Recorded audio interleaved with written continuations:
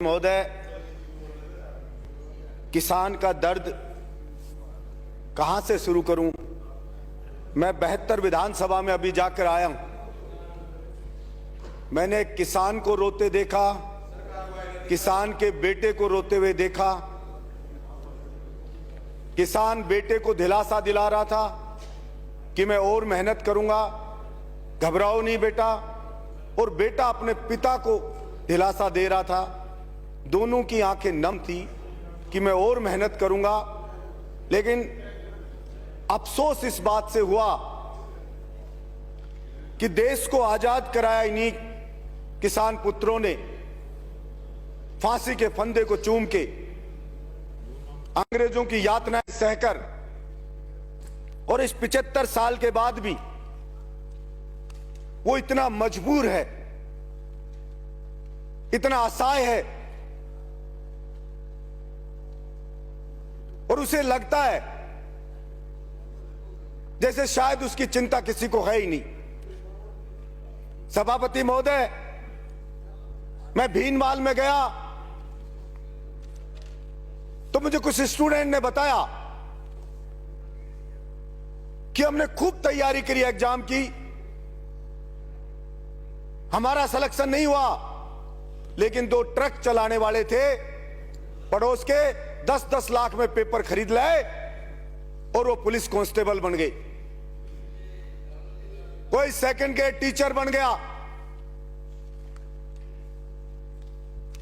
साल, 2 साल, 5 साल कोचिंग कर रहा है, तैयारी कर रहा है। किसान कर्जा ला ला के दे रहा है। कुछ भर्तियां तो 9-9 साल हो गई। वैसे ही या तो भर्ती निकलती नहीं, या पेपर लीक हो जाता है, या कोर्ट में फंस जाती है। और इन कोचिंग सेंटरों की लूट के ऊपर सरकार की कोई लगाम नहीं है। मनमानी फीस उनसे वसूली जाती है। ना प्राइवेट स्कूलों की लूट पे कोई सरकार की लगाम है। सभापति महोदय, चर्चा सदन में होती है, एक पक्ष कहता है हमने कर्जा माफ किया, दूसरा पक्ष कहता है हमने कर्जा माफ किया। अरे चर्चा इस बात की होनी चाहिए कि 75 साल के बाद भी ये किसान कर्जदार क्यों है। कोई भीख नहीं मांग रहा आपसे कि उसको कर्जा के जरा सा माफ कर दिया, ऐसे दिखाया जाता है पता नहीं क्या कर दिया। सभापति महोदय, जब तक उसकी फसल का दाम नहीं मिलेगा तब तक उसकी स्थिति सुधर नहीं सकती। जब तक उसके खेत को पानी नहीं मिलेगा, उसे बिजली समय पर नहीं मिलेगी, उसे बीज खाद नहीं मिलेगा, तब तक अपन केवल सहानुभूति नहीं बटोर सकते कि हमने कर्जा जरा सा माफ कर दिया। ऊंट के मुंह में जी रहा है वो। सभापति महोदय, मैं कुछ आंकड़े रखना चाहता हूं सदन में। 1967 में आईएएस की सैलरी हुआ करती थी 250 रुपए, जो आज वो 3 से 3.5 लाख रुपया महीना हो गई है। और वही 1967 में डीजल होता था सभापति महोदय 20 पैसे लीटर, और आज वो 100 रुपए लीटर हो गया है। सभापति महोदय, सोना होता था 200 रुपए का 10 ग्राम 1 तोला, आज वो 60,000 रुपए हो गया है। और गेहूं था 70 रुपए का क्विंटल, जो आज 1800 रुपए क्विंटल में बिक रहा है। यानी कि आईएएस की बढ़ोतरी सैलरी में कितनी हुई? 1500 गुना। डीजल में बढ़ोतरी कितनी हो गई? 500 गुना। सोने में बढ़ोतरी कितनी होगी? 300 गुना। और किसान के गेहूं की फसल की कीमत कितनी बढ़ी? मात्र 25 गुना। अब कहां 1500 गुना और कहां 25 गुना। भला वो कैसे उसकी स्थिति सुधर सकती है? हर चीज की महंगाई बढ़ गई है। कृषि के उपकरण है, उनकी महंगाई बढ़ गई है, लेकिन उसकी फसल को नहीं खरीदती सरकारें। अब गेहूं पे 10% बढ़ाइए, 200, ये कह दिया 2110 रुपए। सभापति महोदय, हमारे मंत्री जी हैं, खुद किसान हैं, वो जानते हैं कि खर्चा गेहूं पे 1 बीघा का खर्चा किसान का आता है 1800 रुपया बीघा पे आता है। 18, जैसे एक जो क्विंटल पर 1800 और 18,000 रुपया 1 बीघा पे आता है। मात्र 10 क्विंटल के लगभग गेहूं पैदा होता है। जो 1800 के हिसाब से बेचे तो 18,000 का हुआ, उसका खर्चा भी 18,000 आता है, पैदा भी 18,000 हो रहा है। तो उसकी स्थिति भला कैसे सुधरेगी? सरसों की फसल करो तो उसके ऊपर भी वही 11,000 के समथिंग खर्चा आ जाता है। और वो बिकती है तो वही 18,000 20,000, और कभी पाड़ा पड़ गया तो बर्बाद हो गया। गेहूं में अगर हवा चल गई, गिर गया गेहूं तो बर्बाद हो गया। तो भला वो किसान कैसे बेचारा उठ सकता है? और सिर्फ बातें होती है किसान की, 6,000 दे दिया, कोई कहता है कर्जा दे दिया, कोई कहता है ये दे दिया, कोई कहता है थोड़ी सी बिजली दे देंगे, ये दे देंगे। मैं तो ये कहता हूं आप पूरा दाम ले लीजिए, मत दीजिए कुछ भी आप, लेकिन ये जो 1500 गुना बढ़ी आईएएस की सैलरी, या तो उस आईएएस की सैलरी को भी घटा के वही 25 गुना लिया हो आप। उस सैलरी को, उस किसान की जो बढ़ोतरी हुई है वहीं पे लिया उसकी को सैलरी को। अगर वो आईएएस नौकरी कर ले, और अगर आप में हिम्मत है किसी सरकार में कि घटा दे उस आईएएस की सैलरी, कहते किसान के बराबर रखेंगे, क्योंकि देश को आजाद इन किसानों ने कराया था। कोई आईएएस अंग्रेज भर्ती नहीं करे थे इंडिया के लोगों को, वो तो इन किसानों की बदौलत हो, इनके बच्चे फांसी पे लटके तब आईएएस बन रहे हैं हम।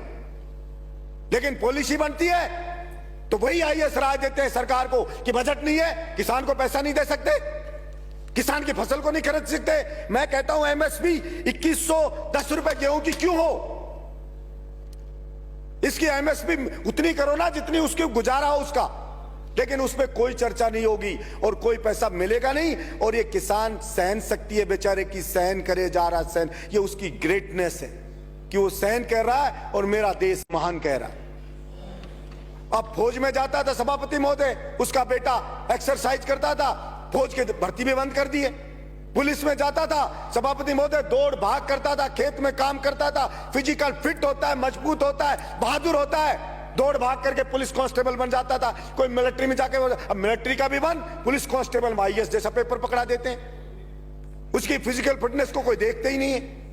अब उसमें पेपर में कौन सेलेक्ट होता है? वही जो ट्रक चलाने वाला खरीद के 10 लाख मिलाया वो सेलेक्ट हो जाता है। इसलिए सभापति महोदय, मैं आपके माध्यम से सरकार से गुजारिश करता हूं कि केवल किसान किसान बात करने से नहीं होगा। वास्तव में आज किसान को सबसे ज्यादा न्याय की जरूरत है और उसके साथ हमें न्याय करना पड़ेगा। नहीं, वो किसान के बच्चे जो अंग्रेजों से लड़े थे, जिस दिन उसने ठान लिया उस दिन फिर आप सोचना क्या हाल होगा। इसलिए मैं समझता हूं उठा उठा के फेंक देंगे और होगा क्या? मूली की तरह पाड़ पाड़ के फेंक देंगे आपको, और क्या होगा? ये होगा। इसलिए कभी कभी उस किसान की हिम्मत को न ललकारे सरकार कि वो लड़ नहीं सकता या अपना हक हासिल नहीं कर सकता। वो तो अपने देश में आस्था रखता है, तो सहन करे जा रहा है। और ये सभापति महोदय, मैं बात करूंगा जैसे आवारा पशुओं की, ये एक बड़ा आंदोलन इन आवारा पशुओं के लिए भी होगा। किसान की फसल को खा रहे हैं ये रोजड़े, सुअर, आवारा। और मैंने पहले भी कहा, अरे आदमियों की नसबंदी करते हो, इनकी नसबंदी करके ही रोक दो। हम छोटे बच्चे थे तो बछड़ों की नसबंदी करवाता था किसान। आवारा ये जो नंदी है उनकी नसबंदी कर दो। और गाय को अगर सच में बचाना चाहते हो, आप गौशाला में अनुदान देते हो, किसान को दो ना अनुदान, कि वो घर पे गाय को पाले। हम अनुदान देंगे तो किसान की स्थिति भी सुधरेगी और हमारी गाय माता भी बचेगी। लेकिन किसान को तो देना नहीं चाहते, क्योंकि सब जानते हैं अगर उसके पास, अगर उसकी रोटी पेट में आ गई, उसको थोड़ा जीने का मिल गया तो सोचने लग जाएगा वो कि कौन क्या कर रहा है। वो आईएएस हजारों करोड़ रुपए खा रहे, फिर भी 1500 गुना सैलरी बढ़ा रहे हो। जाके देखो एक आईएएस बनता है तब क्या घर होता है उसका, और 5 साल बाद देखो उसके बच्चे मर्सिडीज में घूमते हैं, विदेश में पढ़ते हैं। क्या कभी सरकार ने पूछा है कि कहां से आ गया है पैसा? फार्म हाउस है बड़े बड़े, और बड़े बड़े मंत्री जाते हैं और जाकर फार्म हाउस में उसके पार्टी करके आ जाते। कभी पूछा किसी ने कि ये कहां से लिया आया? लेकिन कोई नहीं पूछा जाता। इसलिए मैं आशा रखता हूं कि किसान के ऊपर रियल में कोई उसकी दशा सुधारने पर निर्णय होगा। धन्यवाद सभापति।